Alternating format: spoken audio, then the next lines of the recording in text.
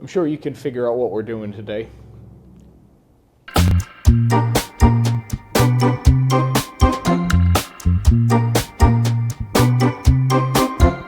Oh, I'm so awkward. So yesterday, Rachel and I did this.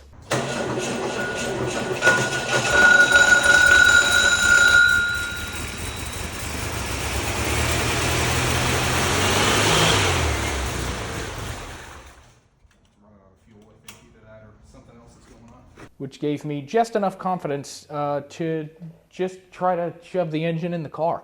I would like to see if I can, at a minimum, get it to idle on the stand today, which is going to be the first thing I'm going to try to do. I think either something's going on with the carburetor or I'm not actually getting any output out of that fuel pump. So we're going to try to do some testing. As long as, oh, I still got an oil leak. That's great. I'm going to give it a go to try to make it work. Even if it doesn't, I'm still going to put the engine in today because everything that needs to be fixed is easily accessible from outside the car. But there's other things I've got to do. I've got some wiring that I need to finish, and I've got wiring that I need to do.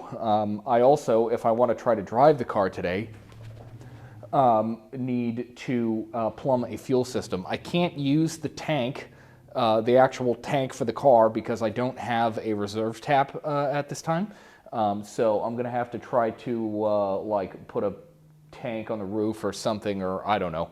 I'll figure something out. And then that'll be it. So first things first, I got to do some cleaning and make some room in the shop for me to put this in a workable space. And then we're going to try to diagnose the fuel pump. Okay, so I need to test whether or not the output, whether or not the fuel pump is even putting fuel out. So I pulled the hard line off the carb, turned it around, and we're just going to dump gas on the floor if it's actually working. I also made a little choke cable out of some mechanics wire that I just put on some vice grips on the back so that I don't have to hold 1,000 things at once. So let me hook up a battery, and we'll see if she's a squirter. Come on. Hey! A little bit. There we go. Okay, fuel pump is working. Neat. Well, now I don't know what to do. Well, I guess the only other thing I can do now is try to start it and see what happens. Open the door for ventilations. I've got the choke on. Okay.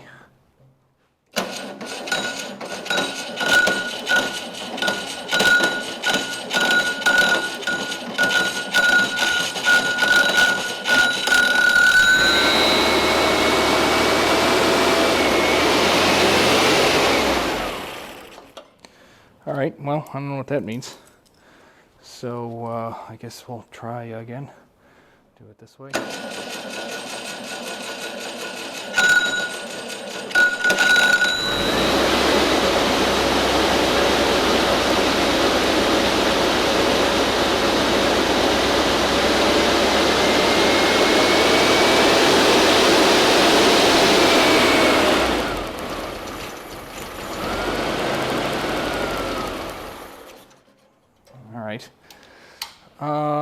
All right, I'm going to pull. It's holding oil pressure pretty good, which is nice because I did some terrible things to those bearings. I'm going to pull the idle jet out and see what that looks like because I get a feeling it's a cake full of schmoo.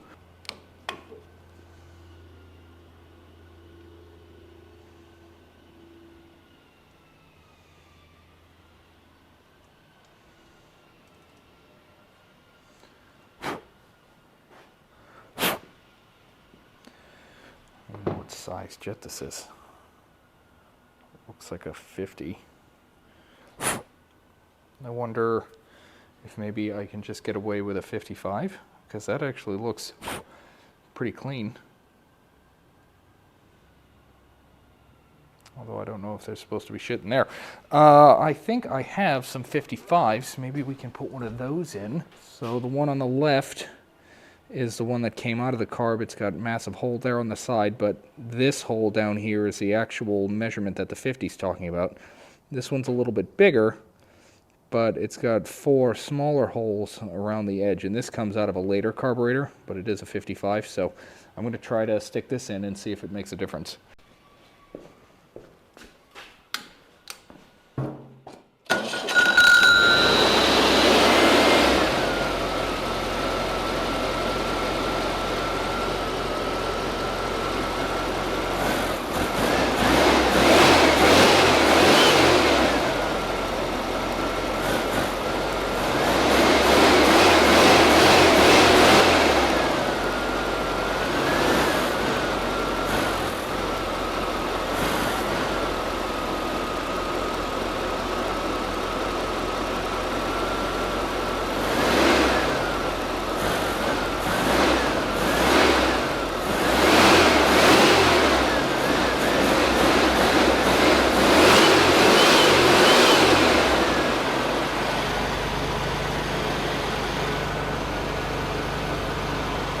Pounds of oil pressure, that's pretty good.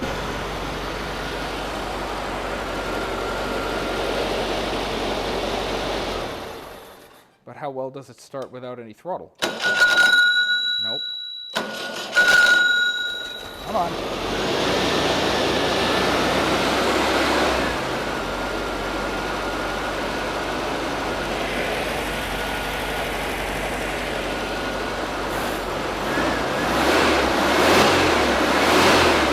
If it wants more timing, it's got a little bit of a hesitation. If I like...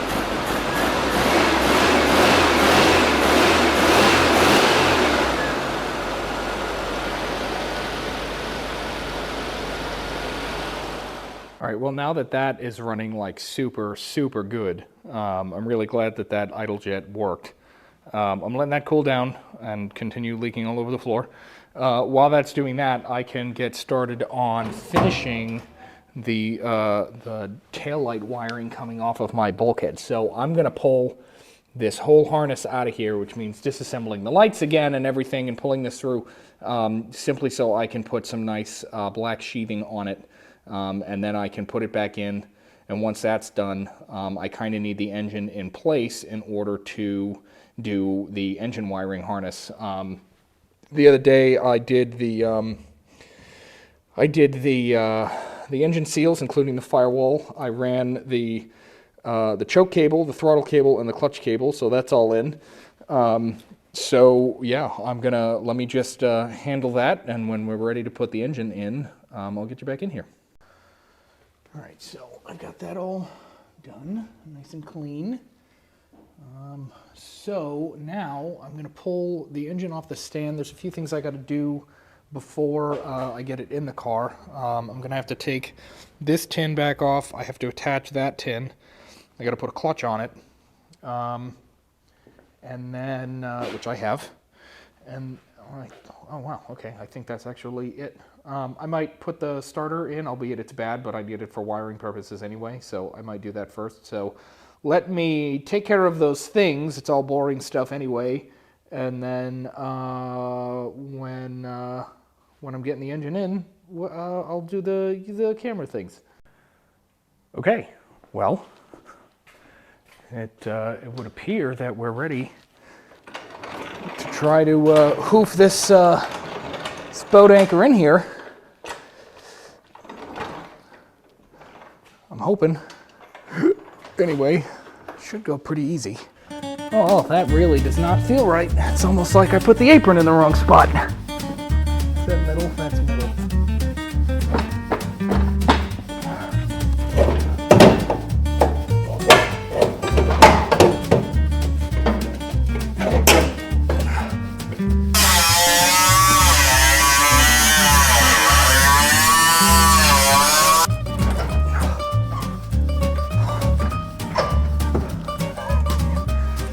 Okay. This is just because I thought to myself, I bet this will go easy. No. Nope, never do that. jazz funking herself. Come on, man. Why you gotta be this way? I just need to...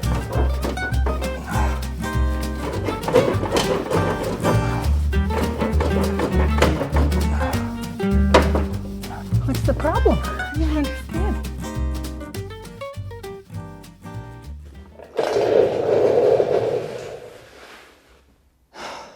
Well, after a lot of cursing and throwing wrenches and pushing and pulling and jacking and yada yada, the engine's in. And we got a problem. Looks kind of high, doesn't it? I don't have that tin completely bolted in, but it's pretty close. And it's really high. Like this is almost level here. And then I looked at cutouts for the tailpipes, and those are pretty blocked. So, why is this happening? I used the split case out of a 1960 Bug. 1960 has a 1 year only nose cone and a 1 year only nose cone mount. I'm willing to bet that using that nose cone with the mount that was already in the car, because I didn't modify the chassis to accept the nose cone. I just used what was there. Even though the hockey stick is coming out center of the hole in the chassis for the shift rod. Okay, well, it appears that I spoke too soon. That's like touching the top of that. That's not good. So that's pretty much telling me that all the angles are wrong. But if the back of the transmission goes down to be in the center of that hole, that's going to bring the motor even higher. So what I think this means is I have to pull the engine again, I have to pull the transmission, and I have to try to get a different nose cone or a different split case. Basically, everything I did is not going to work. So I was actually going to end the video here, but I just called Jason. It's currently like Friday at like 3 p.m. or something. I'm going to rush out to Connecticut to get a nose cone off a split case that I gave him a while ago as part of a trade for the ragtop that I spliced into Clementine. So I'm going to run out to Connecticut and try to get a nose cone and see how ambitious I feel tomorrow about pulling literally everything out of this car again. And trying to make everything correct. So, okay, good morning, friends. It's another very, very cold day in the shop. I went out to Jason's last night and got another transmission that I had actually given him in trade for the ragtop clip that we spliced into Clementine. Their said transmission is. Unfortunately, what this means is that I now have to pull the engine and trans back out of Clementine in order to figure out if I can use the nose cone off of this transmission. So, because it's really cold and I want to turn the heat on and just get this done, cue the montage.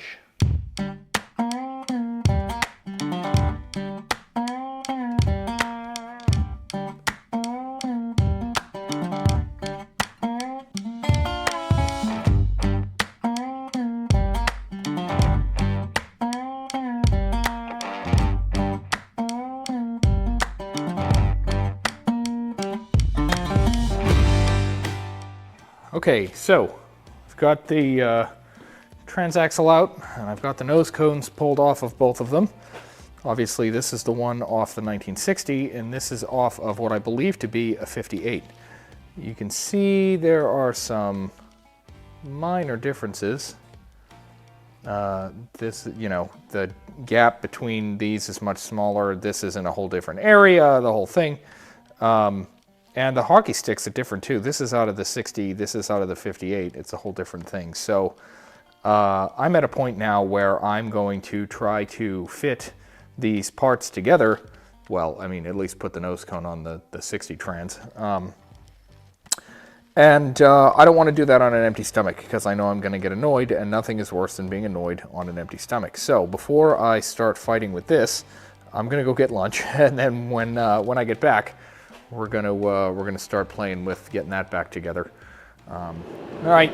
I apologize for the noise. It's real cold outside, which means it's real cold in here. So I've got the heat going. I'm going to do some test fitting here and see how well everything bolts up, and make sure that the hockey stick and everything move the way it's supposed to before I, final bolt everything together. So this is going to go right in there, like that. I will clean this up before I, put it back together for the last time. So I gotta kind of sneak it into that, and then... Alright, so I did manage to get the nose cone down all the way with a hockey stick in it, the one that came with this this nose cone, but it doesn't want to spin for some reason. So look at these forks. They're all arranged next to each other like that. Okay. Then you look at the 58 gearbox. Two of them are facing the center one like that. So this has a very different sweep. I'm gonna take Rachel's apart, the nose cone off of that one over there, which is a late model full synchro box, and see if that does anything. Because I think that the later boxes have those style forks. So we'll see. I guess we're just gonna keep trying parts until something works, because I really don't want to put that gearbox in. All right, I pulled the hockey stick out of another late transmission that I had. It's a lot shorter, and that part worries me. But at least if I line my grub screw up with this ridge here and push down, that should be first, second, neutral, third, fourth, neutral, and reverse. So I'm at least getting all the gears. Like I said, I'm worried that because the length of this is wrong, that my shift rod won't reach this, because it's almost 2 inches shorter. So I'm worried that once I get this in and get the shift rod bolted up, I won't be able to put a shifter in it, because it won't be long enough for me to do that. I guess what I'm going to do is put the short one in out of the later transmission that did seem to get all the gears, and just kind of loosely bolt the nose cone to this. Well, I mean, make sure it's tight, but I'm only going to put some of the bolts in, and then dry fit the box and see if I can in fact get the shift rod to work. I'm probably going to have to make my own coupler or something, but so far it's looking like it'll be easier to try to fabricate something that is always moving in a linear motion as opposed to something that's doing this all the time. Not only this, but also this coaxial. Yeah. Okay. Great. Let me get the thing back together, and when once I have it in the car, I'll bring it back in here so we can see how stupid I am. Okay. Okay. Bye bye. Okay, I've got the transmission in. I was correct. The that shaft is way too short. Barely coming through there. In fact, it's so short that in neutral, I can't even get the coupler on because the side of this hits the body. But like I said, it's going to be easier to make something up that fits all of that than it will be to try to modify the hockey stick. So my next step before I even try fabbing all that up, now that I have the transmission, bolted in place, is actually dry fitting the motor. Focus. Is actually dry fitting the motor to make sure that putting that nose cone on actually does what I need it to do.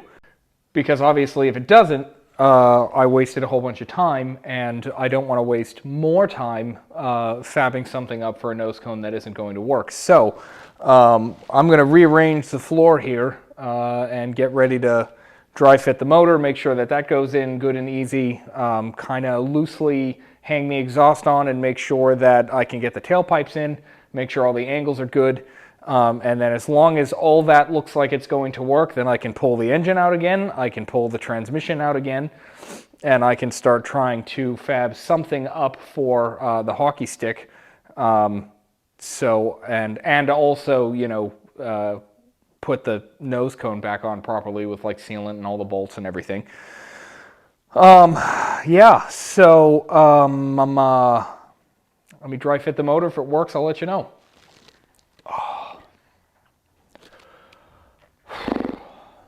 I've got a hell of a headache. Anyway, finally, some good news. Good news. The engine's dry fit in. Tin looks nice. It's still weirdly level there, but I've got the muffler on, and now the tip's clear. So now I've got to pull all that back out. I've got to actually get the nose cone on the transmission, and then I've got to find a way to extend the hockey stick, and I've kind of got something in my head as to how I want to do that. We'll see how it actually works out. So I've got to pull that whole thing apart. I think I'm actually going to end up doing the hockey stick first, because I think it's going to be easier for me to match that length on the bench rather than while it's in the car. So let me pull all this crap back out, and when I start doing the hockey stick, I'll get you back in. All right, I've got everything out again. I've got the nose cone off with the hockey stick out. So I need to make up for that distance, which is basically the length of a coupler, but I still need to have the right amount of space at the end to have a coupler. So I don't really know what I'm going to do, but I think I'm going to use the couplers and a shift rod, probably the one that I ruined earlier, to do it. So I guess montage, because I don't really, I'm just, I don't know what I'm doing. Cue the montage, damn it!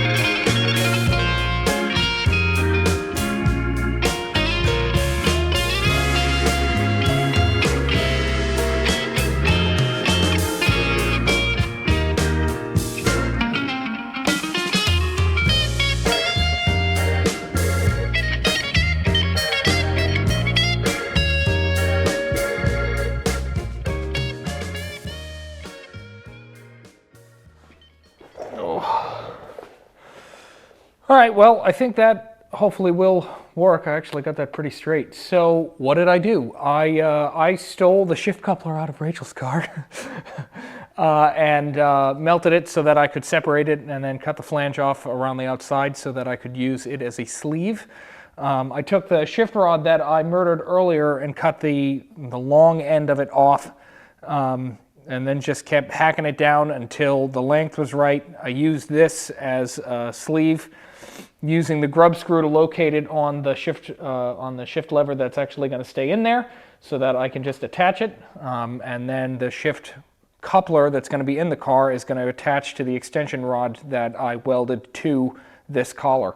So as long as I remember to put this on before I put the transmission in, I think we'll be okay, because I don't have the room inside the car to get this grub screw in that hole good. So, and this should fit through the hole in the tunnel, I hope.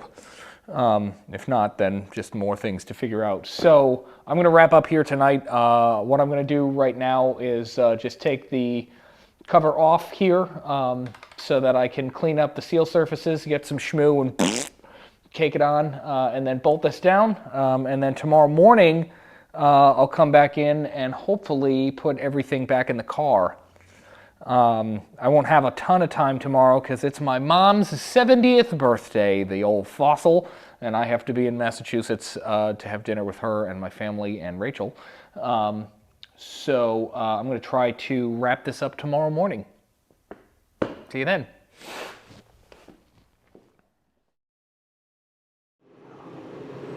Okay. All right. It's another morning, another very cold morning. I have the heater going, as you can hear. So last night, before I actually wrapped up, I did try to fit this in the car, and I was wrong. The extension piece that I made, the grub screw that's holding that on, is in fact hitting the body. So I had to clearance that, which I have just done. So now I can try to hoof the transmission in, bolt everything up, and then I'm gonna try to actually hook up the shift rod and everything in the tunnel and make sure that I got all the gears up here, or at least that it feels normal. And as long as it feels normal, then I can put the engine in and get everything else back together and see how far that takes us. Yeah, so let me get this in and make sure everything is working properly. All right, I've got the coupler hooked up to the transmission. I'm going to try shifting it. All right, can't find first, second, third, fourth, and reverse. Now, why? All right, there's first. Okay, so first, second, third, fourth, reverse. And I can see, looking at the coupler, that I am actually getting all those gears because I can watch it rotate through them.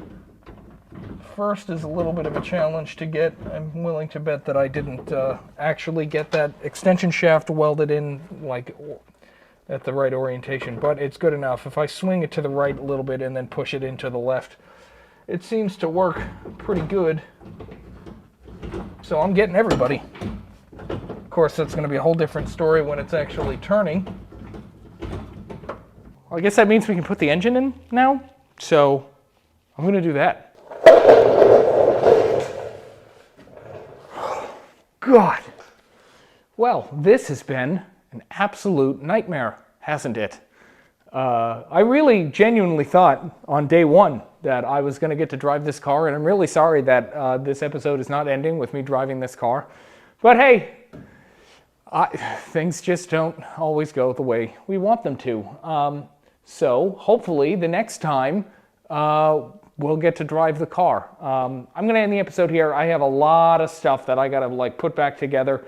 It's all really boring, and I can't be wasting my time filming it for the fifth time, really. So thank you very much for watching. Subscribe if you haven't already. Leave a like, leave a comment, share with your friends, and we'll see you the next time, and hopefully it will go much smoother than this. It won't. I think we've figured that out. It's just not. You know what? For what it's worth, I know this car is a toilet, and I know that I could have done a lot of things differently, and probably a lot easier. I'm sure a lot of you have watched that whole thing and gone, why didn't you just Why didn't you just get a different transmission? Well, because that's kind of not the spirit of the car. I'm building this car out of as many parts as I have laying around as I can, and only buying what I absolutely need to. The transmission came out of another car. The entire brake system came out of another car. The front beam came out of another car. This engine came out of another car. A lot of the metal came off of other cars. It's just a piece of together kind of build, and that's what I wanted it to be, because it was never going to be a fully restored, proper car. It took me a while to really figure out what I was going to do with it, and when I realized just how bad it was, I thought, well, it's not like I can make it any worse, and as long as it's on the road, who cares? You know, let's piss off as many purists as possible and have a good time doing it. So that's what I did. Yeah. See ya.